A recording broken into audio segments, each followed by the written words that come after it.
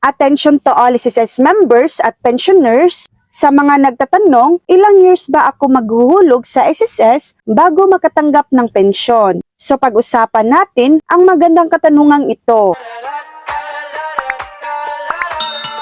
Pag-usapan natin kung ilang taon ka dapat maghulog sa SSS bago ka makatanggap ng pensyon. Ito ay para sa retirement pension. Minimum na hulog, kailangan mo ng at least 120 months or 10 years na contributions para maging qualified sa retirement pension. Pagkakaiba sa edad at hulog, una 60 years old. Kung 60 years old ka na at may 120 months na hulog, pwede ka nang mag-retire at tumanggap ng monthly pension. Pangalawa, 65 years old. Kung 65 years old ka na, kahit hindi ka umabot sa 120 months na hulog, pwede ka pa ring mag-retire, pero imbis na monthly pension, makakatanggap ka ng lump sum amount. Sa early retirement, 55 years old, pwede ka ring mag-early retirement sa edad na 55 kung may 120 months ka na ring hulog. Mahalagang tandaan, mas maraming hulog, mas malaking pensyon. Mas malaki ang monthly pension na matatanggap mo kung mas marami kang hulog at mas mataas ang iyong monthly salary credit.